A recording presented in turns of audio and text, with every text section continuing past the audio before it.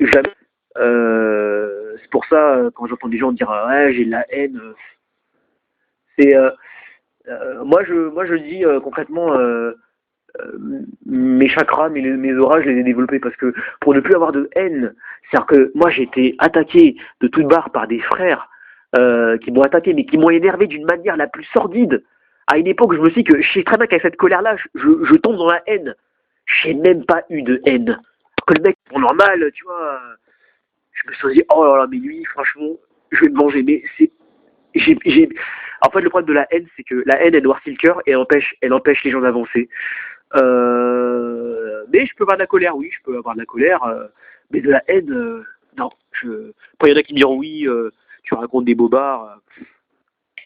Franchement, moi, je modifie quiconque de voir. Parce que moi, en fait, le défi que je fais des fois, c'est que quand je vois des gens marcher dans la rue, dans les espaces publics, en fait, j'essaie de me rappeler que la personne, quelle que soit la morphologie ou l'apparence somatique et le phénotype humain, elle est faite de la même ossature. C'est en fait que même si je la vois vermillon, en fait, dans le fond, elle est faite de la même couleur de peau, la même couleur de son. Il y a des globules rouges, des globules blancs, des leucocytes, il y a du plasma, comme moi, en fait. Des gros intestins, des poumons, des bronchites, enfin voilà, je peux aller très loin. Voilà, c'est ça qu'il faut. Et c'est comme ça qu'on n'arrive plus à avoir de haine. Mais le problème, c'est que moi je dis, il y a un génocide culturel qui est total. Il y a une destruction de la femme et de l'homme total, de la totalité en fait. Et si on enseignait des livres comme ceux de chez Diop ou des livres de Jean-Philippe Omotunde ou celui que je considère l'un des géants de l'Afrique du panafricanisme, Jean-Charles Couvi-Gomez, là, voilà, on irait dans le sens du rapprochement des peuples et on se rendrait compte parce que, et là je reviens à mon propos, c'est que celui qui veut se prétendre totaliste, universaliste, la cuvette africaine c'est un passage obligé. On ne peut pas être on peut pas être universaliste si on va au-delà de la. On dit oui bah l'Afrique ça n'existe pas. Non, c'est pas possible. C'est pas possible. Mais certains l'ont fait parce que c'était pour des intérêts politiques et matérialistes. Parce que le problème de la culture qui a été importée en Europe, je dis importée parce que ça, faut aussi que je revienne, je dise pourquoi. C'est la culture du matériel pour plus de matériel. C'est en fait, je prends des fusils pour avoir de l'or. Alors que la richesse, en fait, ce qu'il faut comprendre, c'est la richesse du cœur. La richesse du cœur, la richesse, l'intelligence du cœur, en fait. Voilà, c'est ça qu'il faut venir à nos fondamentaux, parce que, voilà, je le dis, la nouvelle Europe. Et en fait, c'est, non, non, je vais dire Europe parce que sinon ça va être trop loin. Je vais revenir parce que j'ai fait un détour, je me suis écarté. Je disais en fait que l'Angleterre coloniale avait pendu avec des théories scientifiques falsifiées et erronées que l'homme était né en Angleterre. J'ai même dit ça à un frère yougoslave, il a rigolé. L'homme était dans l'Angleterre. Heureusement que Oakley l'avait défait. Oakley avait dit non, l'homme n'est pas d'Angleterre. C'est ce crâne qu'on a mis en Angleterre. C'est un crâne qui a été pris en fait à partir d'un singe. Et on a fait exprès de prendre ce crâne pour dire non seulement que l'homme est né en Angleterre, mais en plus, parce qu'il dit en fait ce crâne a été rajouté, en fait on l'a rajouté, et en fait on a fait des manipulations scientifiques pour dire que le noir, il avait des racines bestiales et chimiesques, des racines, parce que ce qui me fait rire, c'est que dans l'histoire de l'humanité, franchement, je ne suis pas là pour victimiser la population qui a la peau foncée, parce que déjà, tous ceux qui ont la peau foncée, juste, moi à un moment donné, je me suis dit, parce que avec tout ce que je dis là, je suis en train de dire en fait que moi, ici, on m'a appris à me détester moi-même. En fait, on m'a appris à me dire que noir, c'était pas bien, noir, c'était maudit, noir, c'est inférieur, noir, c'est du marabout, c'est saga africa, c'est 3 feuilles de pomme, 3 tas. Noir, c'est archaïque, c'est primitif, c'est sauvage, ça vient de la forêt. Mais quand je me suis enfoncé dans les profondeurs du Moyen-Âge africain et de l'Antiquité africaine, je me suis dit juste comme ce mec-là, qui a dit une phrase que j'oublierai jamais. Il a dit, moi je ne trahirai pas ma couleur de peau. Voilà. Il a dit, moi je ne trahirai pas ma couleur de peau. Et ça m'a interpellé parce que finalement, je suis pas là pour dire, je suis pas là pour faire mon Dieudonné, parce que Dieudonné, lui, sert la souffrance des Noirs pour concurrencer avec la souffrance de ceux qui portent la kippa. Non, moi je dis en fait que à un moment donné, quand tu vois vraiment l'échelonnement historiographique de ce qu'a subi les gens qui ont la peau foncée, mais tu dis, mais et c'est pour ça que là, je me dis, mais on peut pas réparer ça. On peut pas réparer ça. Ce qu'on a fait en Afrique, on peut pas le réparer avec des dettes financières. Non, on peut pas. Ça peut pas se réparer comme ça. Ça peut pas. C'est même pour, j'incite pas à la rancune ou à la vengeance, ça sert à rien. Ça fait plus détruire l'humanité que ça la rassemble. Parce que déjà, faut se rappeler que les premiers blancs étaient des noirs. Voilà, hein, je parle pas des caucasiens, je parle des albinos. Les albinos sont des blancs et des traits négroïdes. Les premiers blancs étaient des noirs. Bref, ce que je dis, c'est que je ne suis pas pour dire on a trop souffert. C'est pas ça. Je dis juste qu'à un moment donné, quand on suit vraiment tout ce qu'on a fait, au départ, le noir est assimilé au diable. C'est pour ça qu'on l'appelle noir. Noir, nécros, la mort. Hein. Noir, qui vient de nécros, nécropolis, nécrobotien, nègre, négresse, négrier, négritude. Alors là, donc noir, ça veut dire la mort, parce que le noir est assimilé au diable. Par rapport aux sources rabbiniques, moi je dis ça a été rajouté. Je vais le dire pourquoi, parce que la bénédiction de Cham, qui est dans Genèse chapitre 9, c'est un verset qui a permis au pape Nicolas X, en 454, de coloniser en fait l'Afrique. Je le dis haut et fort, que ça plaise ou ça plaise pas, j'en ai rien à foutre, ça a fait plus de 200 millions de morts. Je pense pas en fait qu'on puisse se dire tu blasphèmes, parce que voilà, moi ce verset biblique a fait plus de 200 millions de morts dans le continent africain. Voilà, s'il y a des gens qui ont blasphémé, c'est ceux qui ont tué ces noirs-là. Bref. Et après, je dis en fait, en plus, je dis que d'abord, le noir était assigné au diable. Donc on disait le noir était maudit. Le noir, en fait, et après, quand ça n'a pas suffi, il est assigné au singe. Et là, en fait, on nous parle de, abolition du code noir, déclaration d'indépendance du Congo. C'est de la fumisterie. Ça, par exemple, quand on dit déclaration d'indépendance du Congo ou du Kenya, ça, franchement, franchement, si vraiment vous pouvez sortir de BFM TV, vous verrez en fait que, ça, dire le code noir est aboli, le Congo, l'Angola, l'Afrique a eu son indépendance, ça c'est juste pour faire la rupture entre le colonialisme et le néocolonialisme, c'est tout en fait. Il y a toujours de la raciologie, il y a toujours de la haine, et en plus, je vais même un peu plus loin, c'est que je vais sortir un peu de l'histoire. En fait, je parle de la population africaine parce que c'est un peu dommage que dans une culture qui se dit suprématiste, qui se dit industrialisée, que cette culture n'est même pas au courant d'où elle vient vraiment, tu vois. Donc à l'époque, je rappelle que l'homme le plus riche de toute l'humanité, c'est un empereur malien qui s'appelle Moussa Kankar, d'accord. Il est né en 1282, non 1280. Il est mort en 1232. Moi, je crois pas à ce que dit Ibn Khaldoun, qui est mort en 1337 parce qu'il aurait été, je sais pas quoi. Non, l'homme le plus riche. En fait, comment on peut dire que. Non, franchement, si vraiment les gens qui ont un peau foncé, là je parle de tout le monde, hein, les Kenyans, les Peuls, les Sérères, les Touaregs, les Dembélés, les Bantous, les Kouachines, les Xansa, les Zoulous, les Swazis, les Ashanti, et ainsi de suite, et ainsi de suite. Tout cela, je me dis qu'à un moment donné, comment on peut dire que ces gens-là, parce que ça fait partie de tout ce que je viens de dire. Pourquoi je dis ça? Parce que quand tu racontes une histoire, ils ont été esclaves, et eux, ils n'ont jamais été esclaves. Mais c'est de l'occultisme. En fait, tout ça, c'est de l'occultisme. Ça, c'est un morcellement historiographique. Parce que on se rend compte que quand on s'en dans l'Égypte pharaonique ou dans le Moyen-Âge africain, on se rend compte que finalement, l'Afrique regorgeait en fait sur ses côtes des royaumes africains. Donc en fait, comment on peut dire que les Noirs sont inférieurs si moi j'arrive à citer que l'homme le plus riche de l'humanité c'est un Malien. Pardon, excuse-moi, richesse matérielle et richesse intellectuelle. C'est pas juste j'ai 3 comptes en banque, j'ai 25 hôtels. Non, c'est les deux. C'est pour ça, et là ça fait lien avec le dommage que l'Europe ne sait pas d'où elle vient, c'est que les Européens, enfin ce qu'on appelle les Européens, je vais les appeler les Caucasiens, mes frères caucasiens, mes frères Mindélé, Édomites, ce qu'on appelle les Blancs, quand ils connaissaient pas leur histoire, ils allaient à Tombouctou. Tombouctou, c'est une ville universitaire qui était dans la côte de l'Empire du Mali, qui regorgeait de toutes les archives en fait ancestrales. C'est là-bas qu'on allait en fait quand on connaissait pas son histoire. C'est exactement ce qu'a fait Hérodote. C'est exactement ce qu'a fait Diodore de Sicile, Socrate, tous ces philosophes grecs, Homère, tous ces philosophes grecs ne connaissaient pas leur histoire, alors ils étaient instruits par des prophètes égyptiens. Ça, faut le savoir. Donc c'est Kouign-Effer qui a formé Hérodote. Donc s'il n'y avait pas eu Kouign-Effer, il n'y aurait pas eu d'Hérodote. Donc, ce que je dis, c'est que simplement, et pareil, hein, oui, on a été esclaves, mais oui, on a eu des rois et reines. Euh, et c'est pareil. Moi, j'ai lu un livre qui s'appelle La traite des esclaves, qui a été écrit par un Russe qui s'appelle Alexandre Skirda, et qui raconte très bien que les populations. Déjà, le terme slave, esclave, vient de slave, Sclavus, qui a apparu en 1937 dans un document négrier.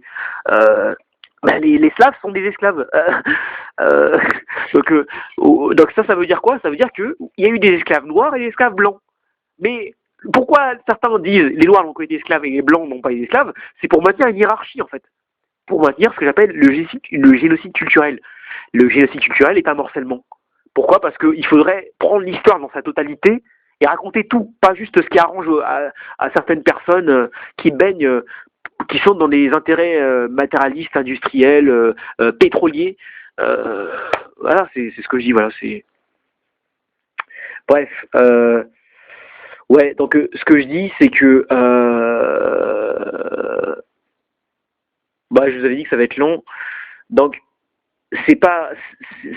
Donc, la totalité, c'est vraiment important. Après, je dis, j'oblige personne à faire ça. En fait, c'est un débat que j'ai eu avec un frère d'humanité. Je sais qu'il va se reconnaître. Euh, à un moment donné, on débattait et il y avait une rivalité entre deux. Parce que moi, en fait, déjà, je consiste à dire que moi, je ne suis qu'un messager, je ne suis qu'un égo parmi les égos qui forment des altos. Donc, déjà, même moi, quand j'avais commencé cette, cette ivresse du savoir, cette soif de connaissance, je voulais être, au départ, à l'époque, je voulais devenir le plus intelligent, le plus cultivé, je voulais avoir une épaisseur culturelle pour, je le cache pas, hein, vraiment, je le dis haut et fort. Au départ, c'est parce que je voulais ne plus être inculte et je voulais ne pas me faire entuber et et comme j'étais rancunier à l'époque, voilà, je voulais me venger contre les personnes qui m'avaient traité de tête vide parce qu'à l'époque j'étais atteint d'hyperactivité et l'hyperactivité faisait que j'étais feignant, j'étais paresseux et j'avais cette déconcentration psychologique, ce qui faisait que j'arrivais pas à lire un livre jusqu'au bout. Et du coup, bah, j'avais pas cette épaisseur culturelle comme j'ai aujourd'hui. Et ce qu'il y a, c'est que pourquoi je dis ça? Parce qu'en fait, au départ, je me servais de la culture pour écraser les gens, pour écraser les personnes qui vraiment m'avaient taxé vraiment de tête vide. Et ça m'a vraiment pas plu, quoi. D'ailleurs, c'est pas pour me vanter, mais bon, aujourd'hui, voilà. Après, je sais pas comment on calcule le QI, mais voilà. Je ne dis pas de mots, mais je pense qu'on a compris. Je dis simplement en fait que je pense qu'en fait il faut également qu'on travaille tous en collectivité parce qu'on est tous des enfants de la terre, des enfants du soleil. On est des enfants de l'invisible. Et il faut qu'on travaille tous en collectivité et que je sais, certains vont dire oui, mais c'est des valeurs utopistes.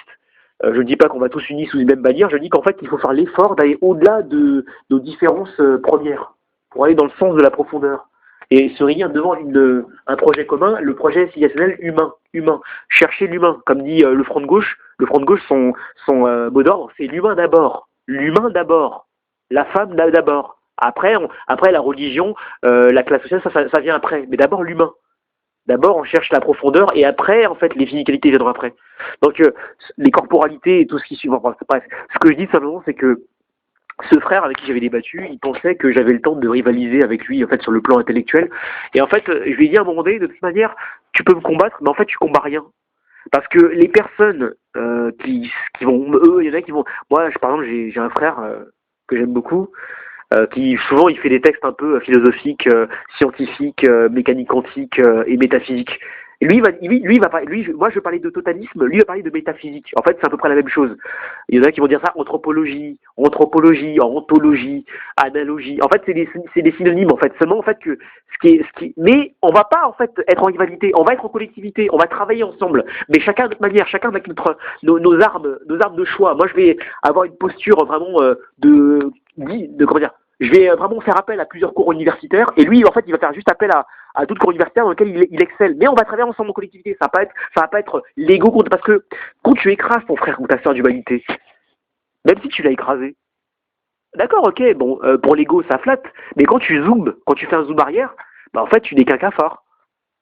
Bah, tu n'es qu'un cafard parce que tout simplement en fait quand on pense totalité, on pense, en fait, quand on pense totalité, on pense totalité, globalité, globe terrestre. Donc, je sors de mon ego pour aller vers l'alter, aller dans le sens du dépassement de soi-même, se dépasser soi-même, s'oublier pour les autres, sortir de l'ego pour aller vers l'alter, sortir du connu pour aller vers l'illumination intérieure, sortir de son jeu, voilà. Et je pense que quand on est mature, on est adulte, on apprend à voir beaucoup plus loin que son nez. Donc ce que je dis là, c'est que il faut qu'on arrête ces petites escarmouches, ces petites rivalités à petite échelle qui ne servent pas à l'intérêt commun. Il faut qu'on aille au-delà de ça et qu'on pense beaucoup plus grand. Et en plus, il y en a un, je lui parlais de ça, il me disait oui, mais le mec, il croyait en fait que j'avais encore le temps de jouer à des petites rivalités intellectuelles qui ne servent pas à l'intérêt commun. Et c'est à cause de ça en fait qu'il y a un morcellement des nations. Parce qu'il y a un néolibéralisme qui nourrit l'individualisme, c'est en fait pense qu'à ta gueule. Pense qu'à ta gueule, pense pas aux autres. Donc forcément, tu penses qu'à ta gueule. Et en fait, quand tu mets pense qu'à ta gueule à une échelle beaucoup plus mondiale, tu dis ah c'est pour ça. Et en plus, ce qui est drôle, c'est que c'est pas juste pour nous, c'est que ceux qui sont entre guillemets en haut se disent regarde, ils sont tous divisés, c'est bien parce que comme ils sont divisés, nous on règne. Donc le pense qu'à ta gueule, je vais faire appel à Mahatma Gandhi. Mahatma Gandhi, il disait celui qui ne vit que l'œil par l'œil finira par rendre ce monde aveugle. Celui qui ne vit que l'œil par l'œil finira par rendre ce monde aveugle. Parce que comme il ne prend pas en fait la faculté de regarder les problèmes de son voisin, forcément en fait il y a un morcellement qui est vraiment progressif parce que comme chacun pense qu'à sa gueule, chacun et ça c'est pas juste la faute des gens, c'est aussi c'est les deux. C'est ce qu'on appelle en sociologie l'interactionnisme. L'interactionnisme, c'est la société influence l'homme et l'homme influence la société et vice versa. C'est les deux. Il y a des gens qui sont ultra égoïstes. Après, c'est pyramidal. Hein. Moi aussi, je suis un peu égoïste, mais je ne suis pas plus que les autres. Je suis moins que les autres et plus que les autres. Mais comparé à d'autres, voilà, je me porte bien.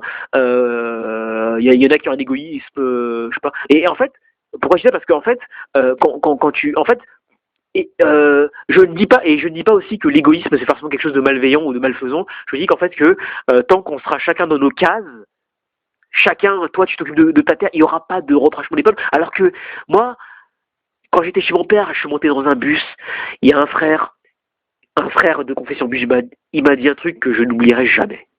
Il m'a dit, tu sais ce qu'on trouve dans l'oranger?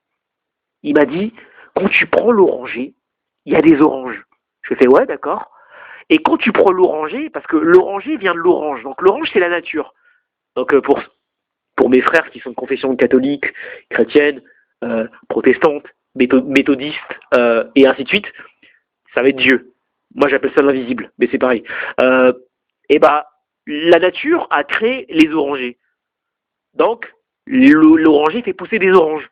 Mais qu'est-ce que tu vois quand tu ouvres l'oranger? Eh ben tu vois un fruit qui est déjà fait pour être partagé. Voilà. Et l'orange c'est pas un fruit qui a été ouvert pour non, l'orange naturellement est fait pour être partagé. Donc ceux qui comprennent ça comprennent en fait que naturellement on est fait pour se rapprocher. C'est pour ça que moi, je vais citer un événement historique qui s'est passé en fait dans les quais de Seine. En 2013, on a un frère d'humanité qui s'appelle Moussa, qui vient du Mali, du Sénégal. Quand il s'est noyé quand il est tombé dans l'eau, il y a eu sur le plan irrationnel, je dirais qu'il y a eu ce fluide universel qui nous a connectés, et cette connexion universelle nous a poussé à aller le secourir. Et pourtant, cet homme-là n'a aucun lien familial avec moi, et c'est ni mon cousin, ni mon ami, ni mon oncle, ni mon oncle paternel ou je sais pas quoi. Non, c'est pas mon grand-père, voilà. Donc, mais pourtant, cette connexion universelle, cette universalité, on peut mettre plusieurs noms, nous a réunis, collectivisés pour aller aider Moussa. Donc, naturellement, si vraiment les premiers Indiens étaient noirs, les premiers Chinois étaient noirs, c'est qu'on est tous faits pour se rapprocher. Donc, bref, ce que je dis, euh,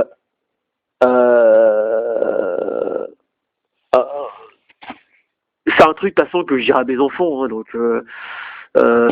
et franchement, le globalisme, c'est un truc, c'est ça que j'adore, c'est que tu peux en parler n'importe où. Dehors, à l'école, tu peux parler n'importe où et sur plusieurs formes. Parce que le globalisme est une totalité, et lui-même une globalité, hein, donc c'est logique. Donc non, c'est un peu ça. Donc, alors que quand on a la faculté de voir au-delà des physicalités, on en vient à ne plus ressentir du désamour. On peut avoir de la colère, mais pas de la haine. Et ça va dans les lois du chakra. Les lois du chakra qui permettent l'éveil, l'émancipation, le rituel du Shushuna, Ça, je vais revenir plus tard. Mais voilà, c'est ça les fondamentaux. Vraiment la totalité, la véracité. Donc, nuance, ambivalence, gris, hein, plus source, naturalité égale totalité, véracité. Donc, celui qui veut être dans le vrai, il faut qu'il soit quelqu'un quelqu'un ou quelqu'une, il faut vraiment que ce soit vraiment un poignard libérateur, quelqu'un de robuste, qui a vraiment la faculté d'aller en profondeur, chercher la source des choses, toujours chercher à aller de plus en plus loin en fait. Faire voyager l'esprit plus loin que de là où on est en fait. C'est ça en fait la doctrine. Enfin, pardon, la méthodologie. Donc, et c'est là qu'on atteint l'élévation spirituelle. C'est là en fait, et là je le dis devant tout le monde, euh, c'est là en fait qu'on a ces trucs. Ouais, Nathanaël, si t'écoutes ça, je voulais te dire que, en fait, je sais pas comment dire ça, mais je vais le dire avec des mots un peu plus recherchés, une terminologie assez précise, mais en fait, donc Nathanaël, c'est l'un de mes meilleurs amis, c'est un frère d'humanité que j'aime beaucoup. En fait, on a des quotients intellectuels tous les deux, et en fait, on est vraiment très branchés sur le spirituel. Et en fait, pourquoi je dis ça? Parce qu'en fait, je sais pas pourquoi, ni comment, je sais oui, quand, je sais quand, mais en fait, depuis le dimanche 6 décembre, quand il fait beau, quand il y a du soleil, j'ai même demandé à Nathanaël, j'ai même demandé comme ça, qu'on me prenne pas pour un fou, qu'on me dise pas, ouais, t'es un dégénéré mental. Non, non, j'ai demandé à tous les gens qui sont autour de moi, est-ce que vous voyez ces choses au-dessus de votre tête? Et j'ai même dit à Nathanaël, est-ce que tu vois ces trucs transparents que j'ai dessiné sur ma main? Je sais même pas qu'est-ce que ça signifie. Ça m'est arrivé aussi aujourd'hui. Ça m'est arrivé ce dimanche 27, 28 décembre. En fait, quand je lève le ciel et quand il y a du soleil, en fait, je vois les trucs transparents. En fait, je sais pas, je crois que c'est des atomes ou des molécules, en fait, des petits points en fait qui tournent en fait comme ça. Et il y a d'autres trucs en fait, j'arrive pas à les décrire. On dirait des trucs qui ont plus inspiré égyptiens sur les hiéroglyphes, un truc comme ça. Mais bon, bref. Euh, je vois des trucs transparents dans le ciel, je sais pas pourquoi. J'arrête pas de demander autour de moi est-ce que quand tu lèves la tête, est-ce que tu vois ces trucs transparents? Il y en a qui me disent non, et il y en a qui me demandent, je sais pas, peut-être que c'est tes yeux. Il y en a qui me disent, je sais pas, peut-être que t'as un don. Je sais pas. Franchement, je sais pas comment expliquer ça. Mais moi, j'apporte une dimension spirituelle. Euh, Mais ouais, je vois des choses. Et là, j'atteste devant tout le monde, ouais, l'invisible existe, ça, c'est sûr. L'invisible existe. Et moi, je croirais toujours en l'invisible. Certains vont dire Dieu, Yahvé, Allah, parce que, bah, c'est logique, parce que vu que je suis totaliste, je peux pas me réduire qu'à l'apparence visuelle. C'est logique. Donc forcément, je suis obligé de m'en tenir à des dimensions spirituelles qui sont au-delà de ce que je vois. Donc, oui, je le dis. Moi, quand il y a du soleil, je vois des trucs transparents, je vois des petits points là qui tournent là. J'ai déjà dessiné sur ma main et je vois des trucs là qui n'arrêtent pas de se déplacer. Je crois que c'est par rapport à mes yeux. Et après, au début, je me dis peut-être que oui, c'est peut-être parce que j'ai trop regardé la lumière. Mais les petits points, ça n'explique pas. Ça peut pas être en fait un contact de lumière. Ça peut pas être ça. Ces petits points que je vois là, ils sont là. Et puis il y en a qui vont dire ouais, t'es un fou. Et ça c'est pareil. C'est ça que je voulais dire quand je disais qu'il y a un déracinement total. Il y a un déracinement des mentalités collectives. Il y a une désacralisation en fait des mentalités collectives. On désacralise les choses, on déspiritualise les choses pour morceler les gens. Toujours le morcellement, toujours découper l'homme et la femme du spirituel, de l'invisible, pour qu'il aille dans le néant. Et il y en a même qui parlent de nihilisme. À pas confondre avec le nihilisme russe. Moi, je parle du nihilisme philosophique. Qui parle du néant. Mais moi, je ne crois pas au néant.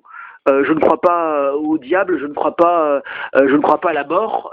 Oui, la mort n'existe pas. En fait, c'est simple. Pour celui qui comprend tout ça, s'il veut se prétendre universaliste, la cuvette africaine et le passage obligé. Par contre, quand je dis cuvette africaine, c'est pas commencé.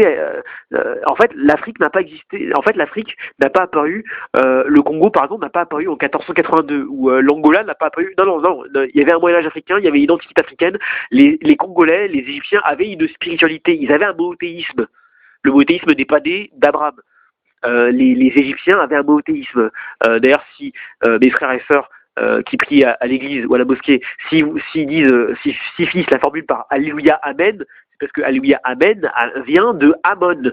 Le culte de Aton ou de Amon est un monothéisme égyptien.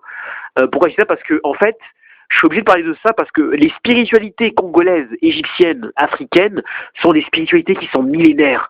Et ce qui est millénaire est puissant, mais je vous le dis pas, mes frères et sœurs, c'est tellement puissant que quand moi, en fait, ce jour-là où j'étais avec les Amérindiens, mes frères amérindiens, ils faisaient des méditations en fait spirituelles, c'était tellement transcendantal que finalement, en fait, la paix intérieure que j'avais à ce moment-là, je pense pas qu'il y ait des mots pour la décrire en fait.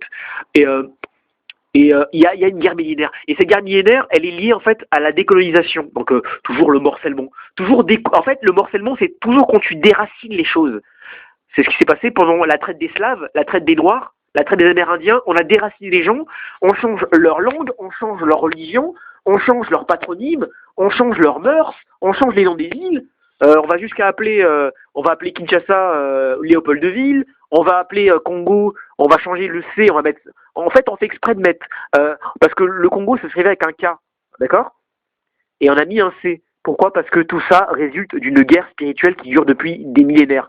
Il y a une guerre spirituelle parce que ce que dit le frère congolais descendant de Bantou qui s'appelle Tswandi, il dit très bien en fait qu'il y a une guerre millénaire qui se prolifère à travers les noms et à travers les mots. En fait, les mots, le pouvoir des mots sont la cristallisation du monde spirituel.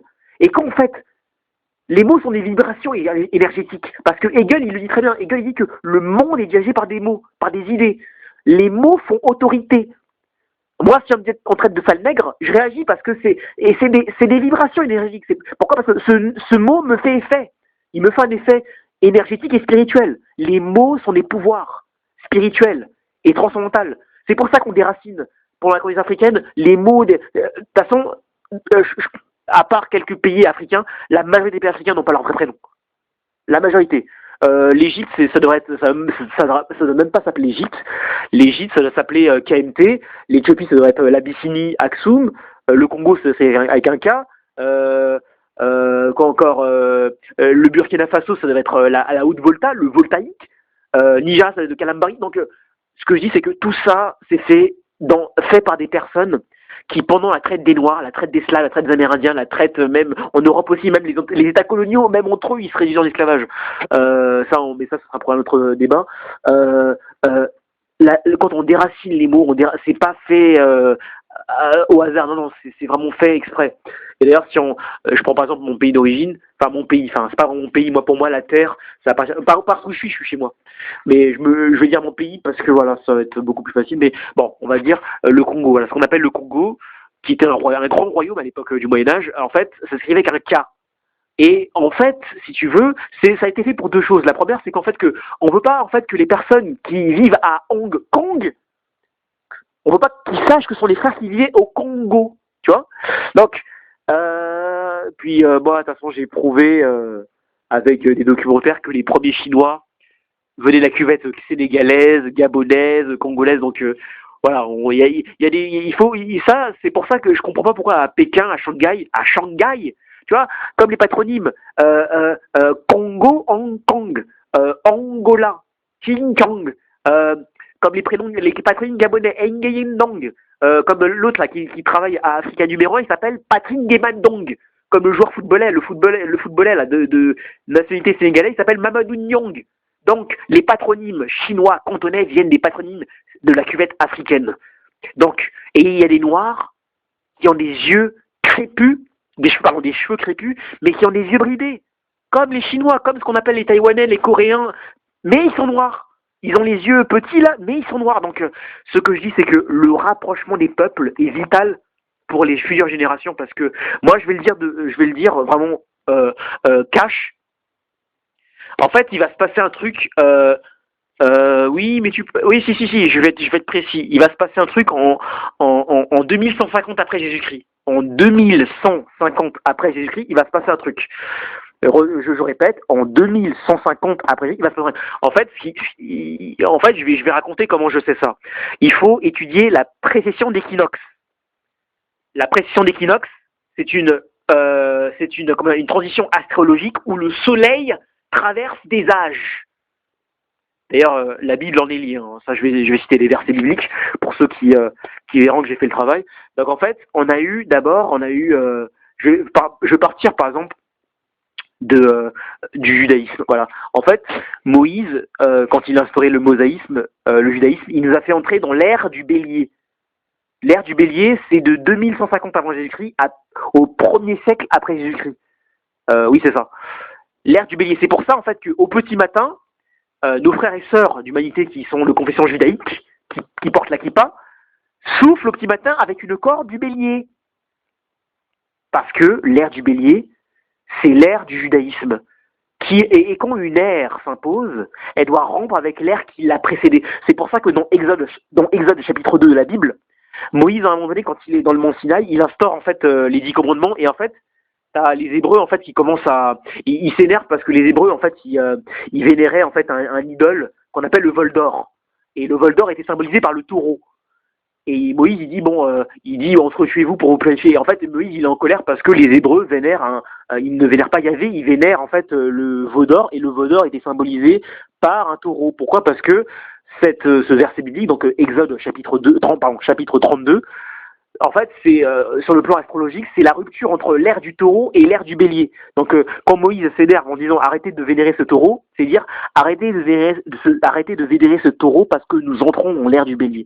Et en fait, l'ère astrologique du bélier a succédé à ce qu'on appelle l'ère chrétienne, qui en fait est l'ère des deux poissons. Et en fait, l'ère chrétienne en fait a commencé. En fait, c'est comme ça en fait qu'on sait que donc on a l'ère du taureau qui a commencé en 4300 avant Jésus-Christ, qui s'arrête en 2150 avant Jésus-Christ. Après, on a l'ère du taureau, l'ère du bélier qui commence en 2150 et qui s'arrête au 1er siècle après Jésus-Christ. Et après, au 1er siècle après Jésus-Christ, on a l'ère des deux poissons. C'est pour ça que Jésus, quand il arrive dans un village, il nourrit en fait toute une population avec du pain et de poissons. Pareil, quand il commence son ministère en Palestine, il rencontre en fait deux pêcheurs. C'est là qu'on a eu, parce que c'est là qu'on a commencé à avoir le terme péché, nature pécheresse. Ça vient de là, ça vient de l'ère des deux poissons. Un pêcheur qui pêche des poissons. Donc, et en fait, le poisson, l'ère de deux poissons, donc, en fait, l'ère, je répète, le cycle des poissons dans laquelle on est commence du 1er siècle et s'arrêtera en 2150 après Jésus-Christ. Donc c'est-à-dire en fait que nos arrière petits-enfants, en 2150, je suis bien précis, il va y avoir l'entrée de l'ère du Verseau. Voilà. Je sais pas ce qui va se passer, je pense que ça va être... moi, j'hésite entre... Je sais pas, une espèce de fin du monde, parce que je ne crois pas aussi à la fin du monde. En fait, grâce à la culture africaine, je ne crois plus à certaines choses. Je crois pas au diable, je crois pas à la mort, je crois pas à la fin du monde, parce que tout ça c'est fait pour nous faire peur en fait. C'est pour ça que Jésus dans Matthieu 28 chapitre 20, dans Matthieu chapitre 28 verset 20, Jésus il dit en fait que je serai avec vous à la fin des temps, qui en fait a été très mal traduit parce qu'en fait c'était avec la Bible King James de 711 que j'ai pas de parler. En fait, la Bible King James dit qu'en fait que ce n'est pas, Jésus dit pas en fait, en réalité il dit pas je serai avec vous à la fin des temps, il dit je serai avec vous à la fin de l'ère. C'est pas I will be with you at the end, not of the aeon. Aeon veut dire age. Donc, pourquoi? Parce que ça, c'est les préfigurations de l'ère du Verseau. Donc, en 2150, nous rentrerons dans l'ère du Verseau. Voilà. Voilà. Et puis, et pour ça, pour savoir ça, faut étudier la précession d'équinoxe. Et c'est comme ça qu'on le sait, et je pense que les gens, je crois à ce moment-là, ils croiront que ce sera la fin du monde. On va leur faire le même coup que 2012, parce que en fait le problème c'est qu'en Europe occidentale on vit sur la stratégie du choc, la stratégie de la peur. Faut faire peur aux gens. Tiens, fin du monde.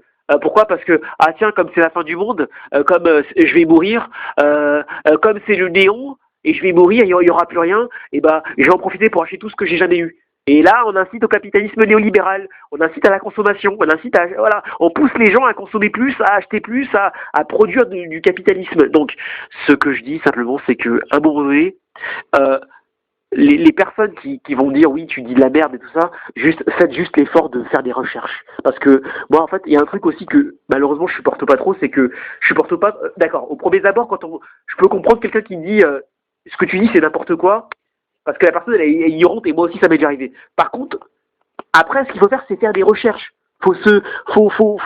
La totalité, la globalité, c'est de pas juste s'arrêter non, faut aller en profondeur. Faut savoir d'où ça vient. Faut pas juste lire aveuglement des trucs, des livres. Non, faut savoir par qui ça a été écrit. Dans quelle idée, pourquoi ça a été écrit, dans quel contexte. C'est pas juste lire. Non, faut sortir de ça. Parce que si on sort pas de ça, moi je le dis cash, on est instrumentalisé, on est esclavagisé. Et moi je vais citer un verset biblique. C'est quand Jésus parle aux Phéniciens, Jésus il dit aux Phéniciens, c'est dans Jean chapitre 8 verset 17. Il dit cette phrase, vous découvrirez la vérité et la vérité vous affranchira. Vous découvrirez la vérité et la vérité vous affranchira. Ça en fait que le mensonge est un morcellement et c'est aussi un esclavagisme. Les gens sont esclavagisés par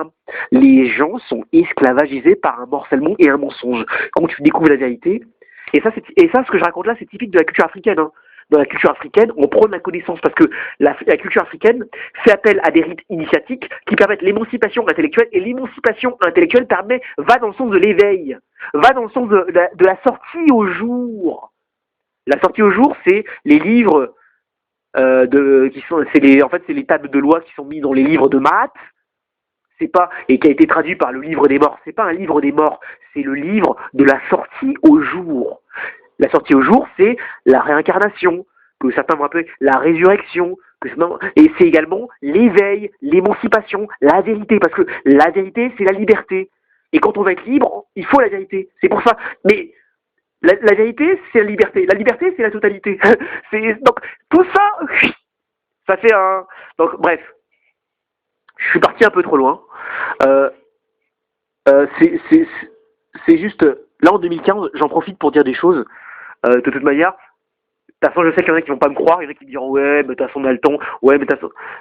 Quand ça va arriver, ce sera trop tard. Et le problème, c'est que nous, immortels, parce que je crois pas au néon, je dis qu'on est tous des immortels. Le mot mort n'existe pas hein, dans les langues africaines. Quand je parle langue africaine, je parle du Swahili, je parle du Yichuba, je parle du Herero, je parle du Kanara Burundi, je parle du Kikongo, je parle du Mondin, du Wolof, la langue des Peuls, le Zoulou. Il n'y a pas le mot mort. Le mot mort n'existe pas dans ces langues-là. Le mot mort a été instauré par la colonisation et l'import du catholicisme. Je suis obligé de le dire comme ça. Et c'est ça qui me gêne parce que c'est complexe. Mais je le dis, c'est comme ça qu'on a eu la mort, qu'on a eu le diable. Mais moi je le dis, faut savoir que dans les cultures africaines, quand je parle de culture africaine, je parle de culture millénaire qui était déjà là avant les trois religions ou les quatre ou les je sais pas combien il y en a plusieurs. Il y avait déjà voilà donc et dans les spiritualités congolaises, égyptiennes, éthiopiennes, le mot mort n'existe pas. On est vivant terrestre matériellement et on est vivant spirituellement. Il y a deux vies. C'est pour ça en fait que dans les cultures indiennes, on a les brahmanes. Les brahmanes, c'est la haute caste indienne qui ont quatre comment dire. Ils ont quatre phases de leur vie, mais je vais citer les deux premières. La première, c'est l'arshamana. L'arshamana, c'est le rituel indien initiatique du brahman quand le brahman il est enfant. Et après, il atteint ce qu'on appelle le Upanamaya ou non Upanakaya. Le Upanakaya, c'est là en fait que le brahman devient un jiva, un dvija. Un dvija. En fait, dvija, ça veut dire je suis né deux fois. C'est pour ça en fait que l'Allemagne nazie, et là je reviens à mon propos par rapport à la mission de Sem, avait repris l'idéologie des cultures africaines, égyptiennes, qui fait que dans les cultures traditionnelles, on est une deuxième fois. C'est pour ça que moi je dis souvent en fait que la vie est un éternel recommencement et chaque jour est une nouvelle naissance.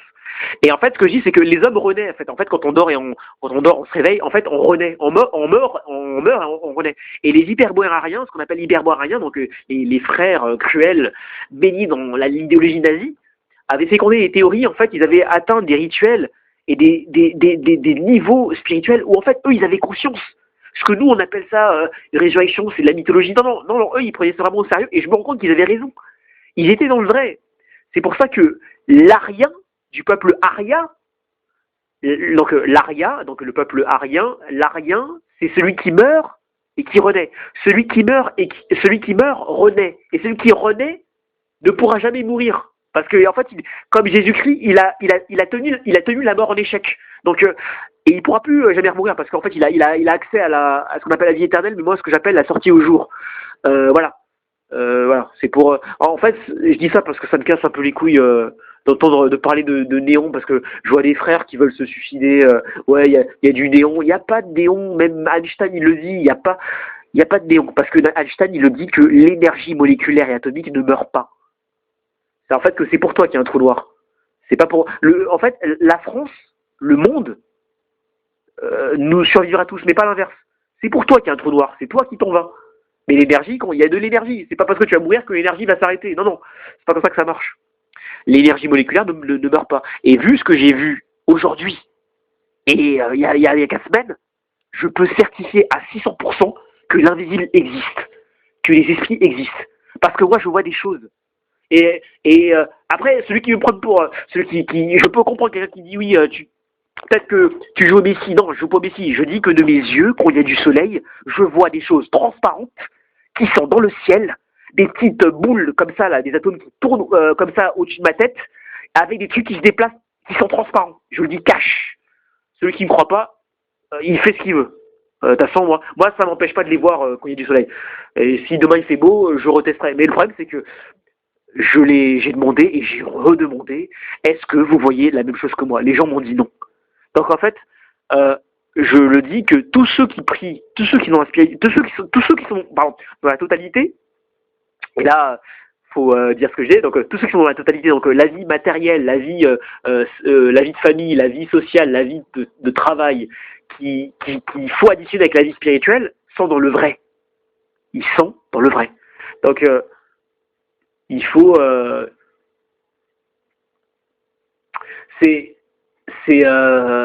là je rappelle que je n'incite pas à la rivalité religieuse. Je dis simplement qu'en fait que des 3 religions abrahamiques, je défends un peu plus l'islam parce que l'islam a réussi là où les autres ont échoué, c'est que l'islam non seulement parle de la complémentarité homme-femme par rapport à l'huile et le soleil, et l'islam aussi a une dimension scientifique qui est un peu plus crédible. C'est dans c'est dans Sourate Abroum, ouais. Quand ça parle du cycle des eaux avec les molécules, c'est scientifique. Donc c'est les deux, c'est spirituel et scientifique. Et ça, c'est de la totalité, de la complémentarité. C'est pas historique. Non, c'est les deux. Il faut du scientifique pour redonner. Donc voilà. Après, je dis pas que la Bible est totalement. Non, la Bible révèle que. Et moi, quand je parle de la Bible, je parle de la Bible King James. Hein, je parle pas de la Bible qu'on voit à Snack. Je parle de la Bible King James. La Bible King James, c'est celle qui est la plus proche de ce qui est vrai. C'est pour ça que, par exemple, quand on me dit oui, mais quand tu dis que Jésus était noir, non mais ça c'est la Bible de la Fnac. moi je dis, vous achetez la Bible King James qui a été faite en 1611 par Kevin James. Apocalypse chapitre 1 verset 14 verset 15, il est écrit que Jésus était noir. C'est pas moi qui le dis. Et Jésus, je l'ai vu noir. Hein. C'est pas juste moi qui le dis, je l'ai vu. Et je vais donner vraiment, comme j'aime bien montrer ça mes recherches, je vais citer vraiment où ça a été fait. Celui qui a un peu d'argent, il va en Allemagne, il demande à aller dans le château de Autenried. Donc le château de Autenried, c'est un château allemand. Il rentre dans le château de Autenried. Donc, si tout le monde a compris, le propos que je tiens ici, c'est que alors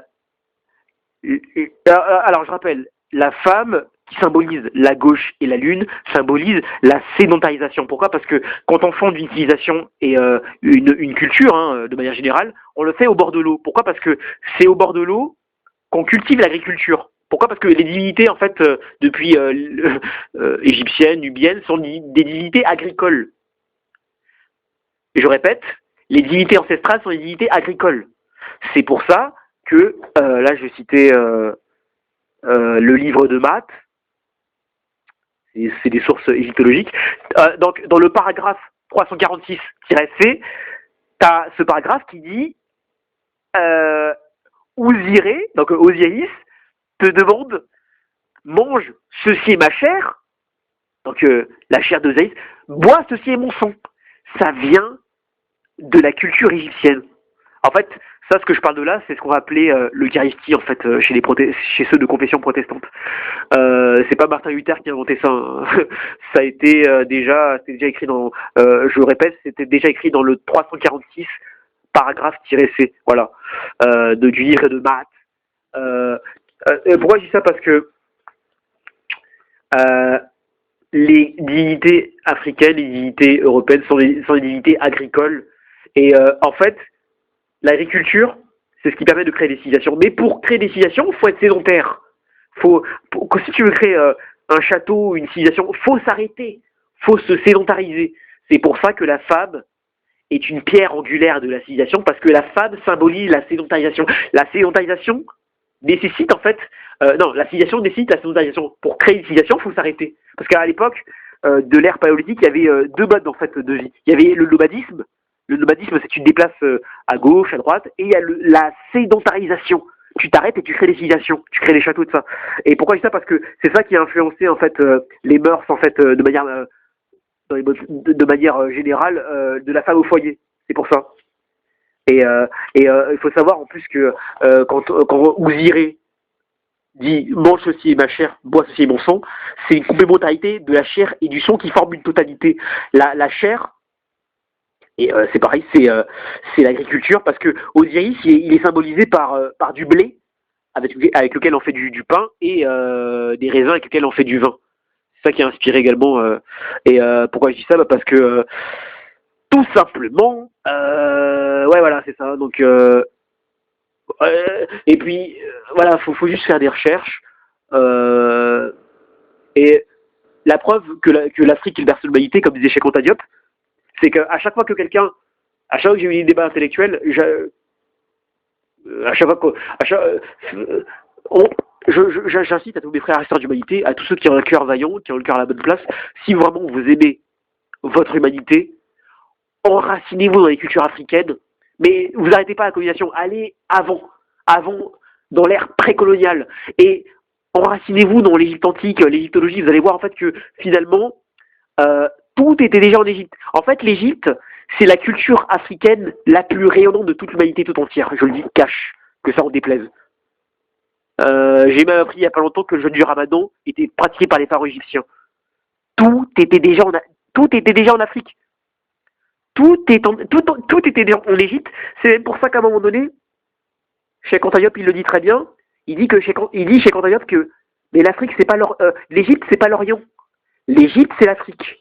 Mais comme l'Égypte c'est la civilisation la plus avancée, la plus totale, il y avait déjà tout, l'évolution, la technologie, la géométrie, l'astronomie, l'astrologie, le monothéisme égyptien. C'était pas non. Il y avait déjà tout. On est même il a fallu blanchir, leucodermiser l'Égyptien, parce que on pouvait pas dire. En fait, l'Allemagne nazie ne pouvait pas se dire non, ça peut pas être des Noirs qui ont fait ce genre de civilisation. Alors on a commencé à dire que les premiers Égyptiens étaient des Nordiques venus du Septentrion, parce que cette civilisation tellement, je trouve même plus de mots pour dire, tellement fertile, tellement rayonnante, faite par les Chemchouars, des Soudanais noirs, que finalement, l'Allemagne nazie disait que ça pouvait que venir du Nord, du Septentrion. Toujours le Nord, toujours le Septentrion, toujours le 7, toujours le chiffre 7. Mais je sais pourquoi, parce qu'en fait, c'est les 7 anges déchus. Là, je parle pas de la Bible, là, je parle de ces personnes qui s'appellent les 7 anges déchus.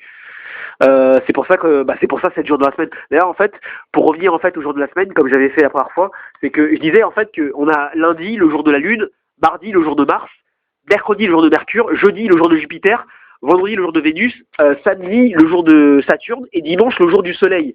Et en fait, ce qu'il faut savoir, c'est que quand vous étudiez en fait l'astrologie et l'astronomie, vous vous rendez compte qu'en fait dans des constellations astrologiques, il n'y a pas que 7, non, il y en a un peu plus. Après, vous avez Neptune, et quand on progresse, on a Neptune, Uranus et Pluton. ça veut dire en fait que, ça veut dire quoi? C'est-à-dire que quand on sait ça, donc quand on rajoute Neptune, Pluton et Uranus, en fait on considère que finalement il aurait dû avoir 10 jours dans la semaine. 10 ou 11, ouais c'est ça. Attends, 1, 2, 3...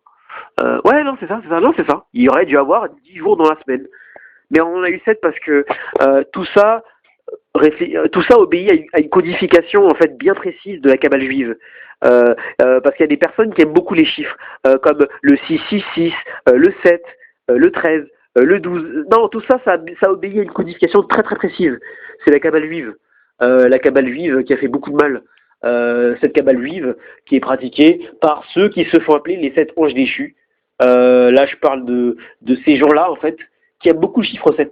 Parce que 7, c'est par rapport au septentrion. Septentrion, quand tu dis septentrional, c'est le nord. Et ces gens-là sont dans une idéologie suprématiste, arienne. C'est sûrement eux qui ont influencé les pires débauches qu'il y a eu dans l'humanité tout entière.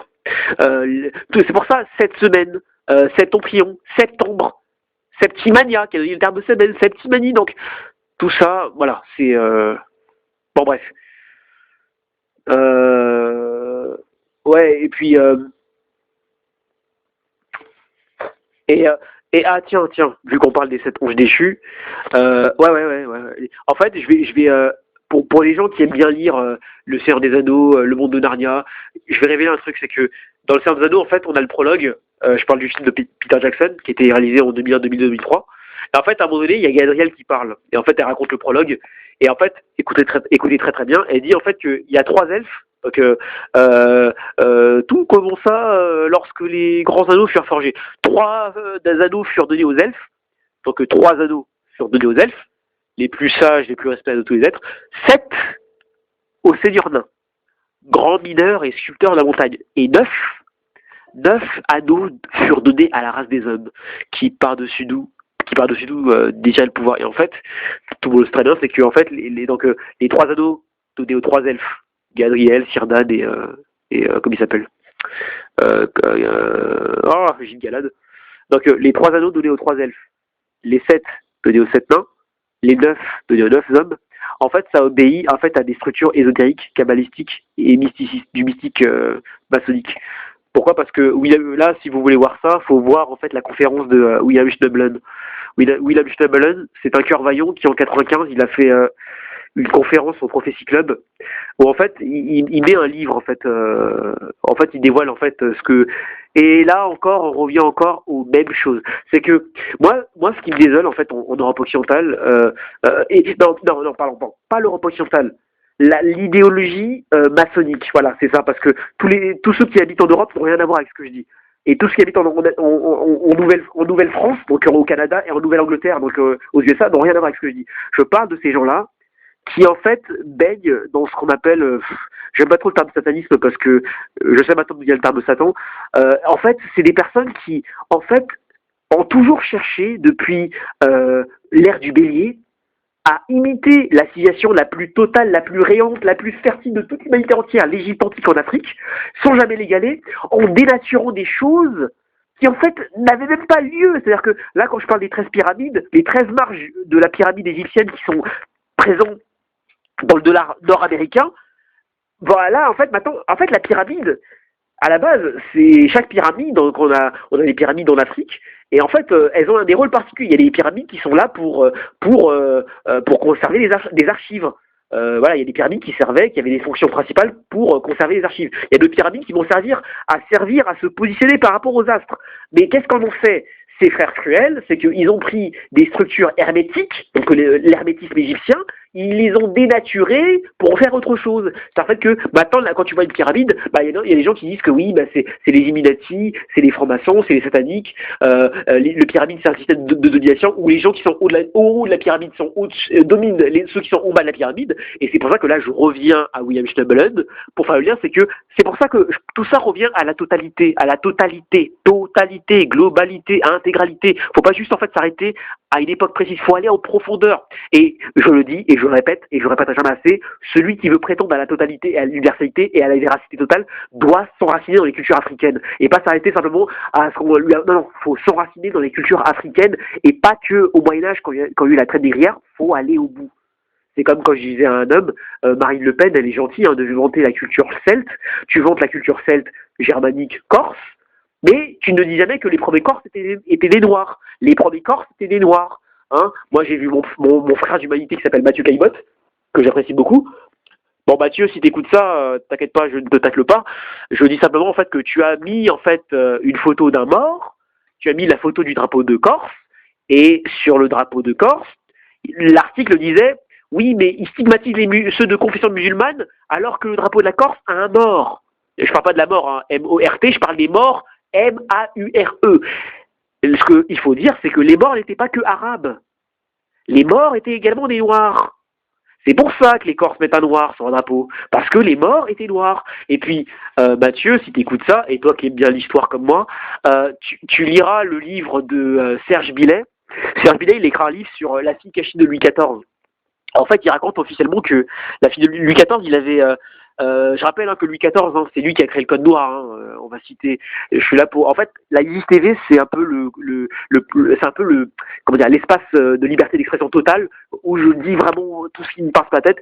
Si ça plaît pas, bah, je suis désolé, mais c'est pas de ma faute si les Africains étaient assez intelligents pour faire des trucs avant les Européens. C'est pas de ma faute. Faut juste se dire ah bah voilà, bah finalement ah ouais c'est vrai. Et puis comme c'est gravé dans les pyramides tout ce que je dis, on peut pas dire que ça a été non. Donc bref. Donc je dis simplement en fait que Louis XIV a fondé le code noir avec deux autres personnes. Bon, il y en a un, je le défends parce que même s'il a fait des trucs qui m'ont pas plu, il a géré la traite des Noirs en fait en Martinique, qui s'appelle Charles Coubron de Bellac, qui est mort en 1696 et en fait en 1683 il s'est coalisé, il a inspiré le code noir en fait. D'ailleurs en fait moi je l'appelle le code noir protestant. Pourquoi? Parce que en fait le mensonge c'est que les 66 articles du code noir, c'est pas juste une guerre, c'est pas juste dire les noirs ne doivent pas se mélanger avec les blancs, non c'est pas ça.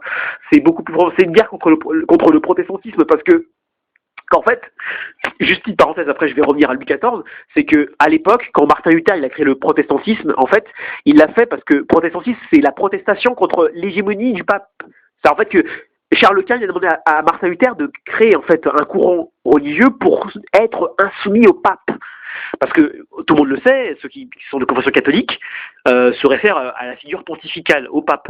Et Martin Luther est le fondateur du protestantisme en 1529, donc pendant la réforme protestante.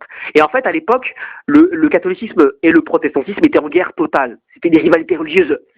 Oh là là, pouf, époustouflante. C'est même ça qui a déchiré le règne de François, comment il s'appelle? Non, pas François, non. Ouais, non, ça, si, c'est François II. François II, le fils de Henri II. Il a été déchiré parce que ceux qui étaient de confession protestante ne s'entendaient pas avec ceux de confession catholique. Pourquoi? Parce qu'en fait, dans le je parle du protestantisme en fait, le protestantisme, il a évolué. D'abord, il y a eu Martin Luther. Après, il y a eu Jean Calvin qui l'a un peu réformé. Et après, là, il y a 2 semaines, j'ai appris le méthodisme. Le méthodisme est également une forme de protestantisme. En fait, pourquoi? Parce que l'autre, le catholicisme, c'est nous sommes tous égaux devant Dieu. Ça, c'est le catholicisme. Et en fait, le protestantisme de Martin Luther, pas celui de Jean Calvin, c'est Dieu aurait donné, Dieu en fait a donné la lumière à certains et pas à d'autres. Et à l'époque, les deux étaient en guerre. Et pourquoi je parle de ça? Parce que le code noir, c'était anti-protestant, c'était contre le protestant. C'est même pour ça que François Ier, à un moment donné, il a dit d'accord, vous pouvez pratiquer votre religion du protestantisme. Et à un moment donné, il a commencé à vraiment les attaquer, mais vraiment de manière viscérale, parce qu'il voulait les obliger à se soumettre au pape. Et ce que je dis, c'est que donc le code noir a été fondé par Louis XIV, Jean-Baptiste Colbert. En plus, Jean-Baptiste Colbert, il est mort juste avant que ce soit importé aux Antilles. Colbert, il est mort en 1683. Et comme il s'appelle, Charles Coubron de Bellac. En fait, Louis XIV, comme il était actif de la traite des Noirs et du code noir qui était importé dans les dom-toms, bah, des fois à l'époque, quand on achetait des esclaves, c'était l'époque. Ça, c'est pour ça qu'il y a aussi un truc aussi, j'ai envie de dire, c'est que les cultures, nos frères caucasiens, nos frères d'humanité, cruels. Et des fois non cruels parce que je pense que des fois à l'époque l'esclavagisme était une mode, une modalité. C'est-à-dire que à l'époque, bah aujourd'hui maintenant tu marches dans la rue, tu parles de néonazisme, ça parle plus à tout le monde. Par contre à l'époque l'idéologie coloniale était une mode. C'est en fait que tu n'achètes pas de noir, ça va chauffer pour ton cul. C'est pour ça que tu as des gens, par exemple, c'est pour ça que Blénac, que j'ai cité là, qui a inspiré le code noir, il est complexe parce que il a géré la traite des mélano-africains en Martinique, mais c'est lui qui disait, quand il y a des mulâtres qui naissent, donc les mulâtres et les mulâtresses, c'est les métis qui naissent et des enfants et des esclaves et des maîtres esclavagistes, il faut les laisser libres, même s'ils sont métis noir-blanc hybrides, même si eux deux, voilà, même si c'est des métis, il faut les laisser leur liberté. Voilà, c'est juste pour ça que j'ai un peu de sympathie. Et ah oui, non, et Blénac, juste un scoop. Je parle de Charles Coubon de Blénac, qui est né en 1622 et qui est mort en 1696 dans les terres du Dom-Tom. En fait, le seul mérite que je lui accorde, c'est qu'à un moment donné, il a envoyé se faire foutre Louis XIV, parce qu'en 1690, il a rejeté son titre de surintendant qui gérait les plantations de canne à sucre et des esclaves martiniquais. C'est pour ça qu'en fait que je le défends. Après, je crois que Louis XIV lui a fait du chantage parce que Blénac, il avait renoncé à son titre. Vous verrez, hein, Charles Coubon de Blénac, 1690, il dit j'arrête. Après, il est remplacé par le comte Errani. Et après, il revient. Et je me suis dit, avec mon civilisation, je me dis non, Louis XIV lui a fait du chantage. Bref. Et bah, des fois, quand on était actif de la traite négrière, et bah, des fois, il arrivait qu'on ramène. C'est ce qui a été fait, en fait, avec les Ashantis. Quand les Portugais ont traversé la côte africaine, ils amenaient, en fait, des esclaves au Portugal. Soit de manière diplomatique, soit de manière esclavagiste. Soit l'un, soit l'autre. Donc, Louis XIV avait une fille qui était noire. Ouais, je le dis. J'aime pas le mot bâtard. On va dire, allez, avec le jargon moyenâgeux, on va dire que c'est une bâtarde. Non, c'est une bâtarde. Non, c'est une bâtarde. Non, c'est ça, c'est des mots qui me font. Non, j'explique. Bon. Bref, ce que je dis, c'est que Louis XIV avait une fille qui s'appelle la mort de Moret. Et là, Mathieu, si tu m'écoutes, je sais que je suis un peu allé trop loin. Et si je vais un peu trop loin, c'est parce que j'aime la profondeur, j'aime la totalité. Il avait une fille cachée qu'on appelle la mort de Moret. Et elle était noire. Donc, faut arrêter avec les morts qui étaient que arabes, typés arabes au berbère. Non, il y avait les deux. Pourquoi? Parce que les morts sont les ancêtres des Touaregs. J'ai quelqu'un qui s'appelle Salam. Quand vous le regardez, on dirait un noir doublé d'un. Il a la gueule de Bob Marley, hein, mais on dirait un noir à la fois un peu un arabe, parce que les Touaregs sont du Niger, en Afrique, sont des descendants en fait de morts et des Kouachines. Ouais, les Kouachines, c'est des peuples qu'on parle jamais parce que moi, c'est marrant parce que dans les cours universitaires dans lesquels j'ai baigné en histoire moderne, on disait que quand les frères cruels ou on va dire les frères qui suivaient la mode, parce que j'aime bien un peu filtrer les groupes, parce que je me dis, je peux pas croire en fait que tous les Portugais étaient tous des négriers, tous les Espagnols étaient tous négriers, et en face c'était non, c'est beaucoup plus contrasté. Moi je peux citer des Portugais qui sont morts main dans la main avec des Congolais. Hein. Donc je dis que voilà, quand les Portugais sont partis dans les trois comptoirs là, Açores, Madère et les Canaries, ils ont décimé, ils ont trucidé sans aucune pitié les Kouachines, parce que pour faire un petit peu la girouette, c'est que ce que je dis en fait, c'est qu'à l'époque le noir, il était assimilé au diable. Donc en fait, il était assimilé à un sans âme. Donc comme il n'avait pas d'âme, parce qu'il était écarté de la chrétienté, c'était en fait le dire l'Amérindien, donc les Toltecs, les Chichimecs du Sud, les Polytériques, les Cherokees, les Maouanks, tout ça, et les populations africaines aussi, et les populations slaves, n'avaient pas d'âme. Et dire que l'homme n'avait pas d'âme, la femme n'avait pas d'âme. En plus, quand je parle de la traite des Slaves, la traite des Amérindiens, la traite des Maoris, oh là, je vais même pas parler des femmes. Les femmes, c'est pire. Je dis qu'en fait, dire que le noir n'avait pas d'âme, c'était pratique à l'époque coloniale pour justifier la cruauté, pour justifier de tuer celui qui n'a pas d'âme. Tu n'as pas d'âme, je te tue. Parce que t'es un mort-vivant, t'es quelqu'un, voilà, t'as pas d'âme, je te tue. Voilà, t'es sans âme, et ça permet de justifier en fait le fait de pas te tuer, mais te renvoyer vers l'au-delà. Voilà, c'est. Et comme je l'ai dit sur les réseaux sociaux, je m'amuserai toute la semaine pour prouver que l'humanité était noire et que ça en déplaise. Moi, je suis pas là pour plaire, je défends la totalité. Pour même vous dire que je suis sorti de mon panafricanisme. Le problème, c'est que c'est pas de ma faute si la première femme et le premier homme ont apparu en fait en Éthiopie. Excusez-moi, c'est pas au jardin d'Éden, c'est en Éthiopie que l'homme et la femme ont apparu. Donc, je me battrai jusqu'à la fin de mes jours pour dire que l'humanité était noire, que la femme a apparu avant l'homme. Et